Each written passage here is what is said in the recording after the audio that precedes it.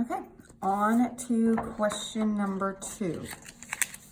Okay, question number 2, I'm going to go back to our pictures up here.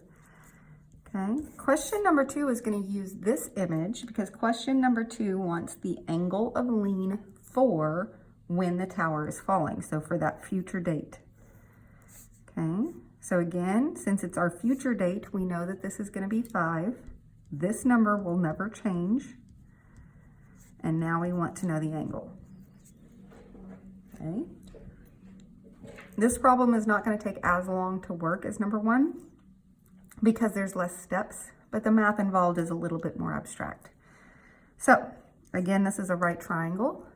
We can use our triangle trig, identify the parts. Again, 90-degree angle, go across your hypotenuse. This time your theta is x, and your opposite is 5. Makes the adjacent blank.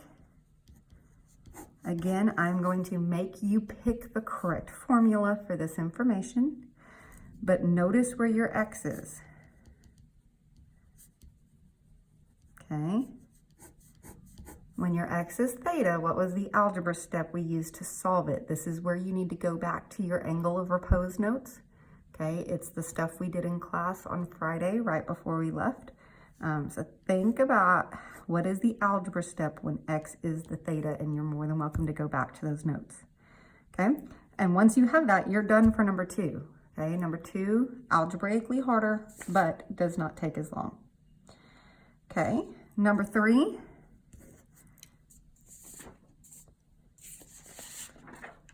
All right, if you read question number 3 is this question right here. So it says, what would the horizontal distance for the lean of this building? So after you do the Leaning Tower of Pisa, you're going to find another building anywhere in the world. Okay, make sure you figure out how tall it is in meters. Okay, not feet. Okay, because everything we've done in this problem is in meters. Okay. You're going to assume that that building is going to start to lean and that it's going to fall at the same angle. And if so, would the horizontal distance be different or would it be the same? Okay, so on number 3, okay, now we have a new building. Since it's a new building, it's no longer going to be this tall. Okay, so for your height of your building,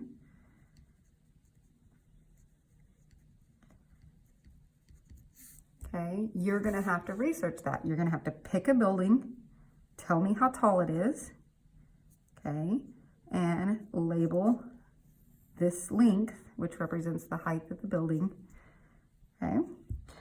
Now, we know that this building is going to fall at the same angle. Well, look what we did in question number 2. We found the angle. So your angle is going to be your answer from question number 2. And then it asks for, says, what would the horizontal distance be? Well, the question always gives us a clue of where to put our X in our picture. So what does the word horizontal mean? When I think of horizontal, I think of the horizon. Okay. Horizon. Horizontal. Okay, so that's this horizontal line right here is what they are asking us for. Okay, so again, you will have a number here. It's just that I can't give it to you because it's the answer for number 2. You will have a number here. I can't give it to you because each person's going to have their own building and their own research. Okay, but they're still there. And this is still your hypotenuse. And this is still your theta. And your x is still your opposite. Okay, notice all 3 of these have the same 3 sides. The opposite, the hypotenuse, and the angles. They're all going to have the same formula, just a hint to make sure that you're doing it correctly. Okay, all of them will use the same formula. The only difference is the algebra step at the end. Okay, in this case, you are looking for the opposite side. So you're going to go through this process again and pick the formula and plug in. But for this one,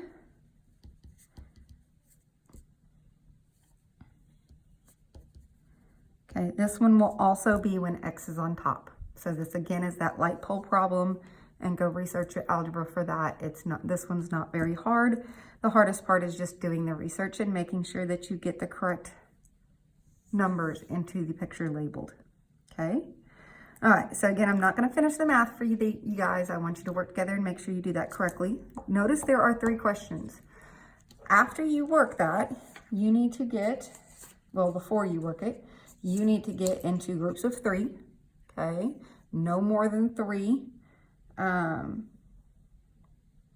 If you have to break down into a group of 2, that's okay as well. And what you're going to do is you are going to create like a tutorial video explaining the will it topple problem from beginning to end. So think of it like a Khan Academy video, okay? So directions for submitting. As a group, you'll be submitting a screen recording that orally concludes when the tower might topple and at what angle would cause that devastating collapse, and the additional building problem. You must provide evidence to your conclusion through excellent mathematical problem solving. Each person must have a significant speaking part and must introduce himself. Go ahead and highlight this, okay? Guys, I can't tell who you are just by your voice, okay? So when you write your script tomorrow, please put in the script, hello, my name is fill in the blank. You have to tell me who you are because I'm not going to see your face. All right, so introduce yourself. Now, it says significant speaking part. I'm going to be a little bit more specific this year and say 1 person, 2 person, 3 person. Okay, each person needs to have a different problem. If you are in a group of 2, then you might want to do 1 person and then maybe explain this one together and then have the last person do this one, or you can banter back and forth on all 3 of them. I don't care. All right. Okay. All right. On Wednesday, you are going to write a script so that you know exactly what you're going to say and how you're going to explain the problem. Okay. And this is going to do some very good things for you because we're not going to have class time for you to go do this recording and editing in class. Okay, we need to move on. I am going to give you some additional days to turn in the final product.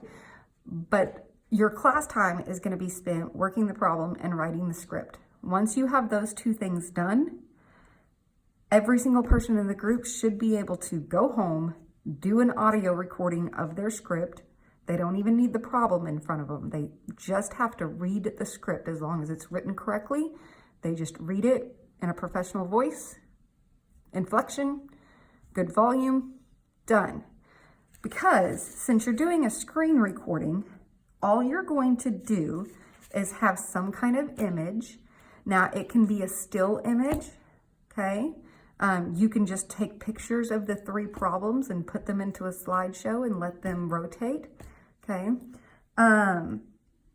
or if you wanted to have a video of somebody actually writing the problems, that's fine as well, but it is not mandatory that this is animated, okay? It can be 100% still shots of your problem, and then all you do is add the voice over to it, okay?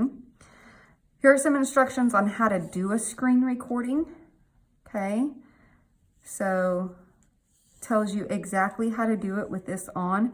Make sure your microphone is on. Let me make sure I put that in here. Yes, put a star by this. Use the drop down next to the red record button to turn on the microphone. If your microphone's not on, okay, it is not going to give you any volume, okay? So each person will have their problem up on their computer screen, whether it's just a picture of the problem or if they do some kind of extra animated stuff, that's fine. Then you're just going to voice over, okay? So each person will create their own video, and then 1 person in the group can put them together and submit it as one complete video, if that makes sense. If you have any questions, let me know. We'll work through this together. This will not be due until next Monday, so you'll have 2 full days in class to get what you need done. The rest of it will be done individually. You do not have any homework this week, so this is your homework.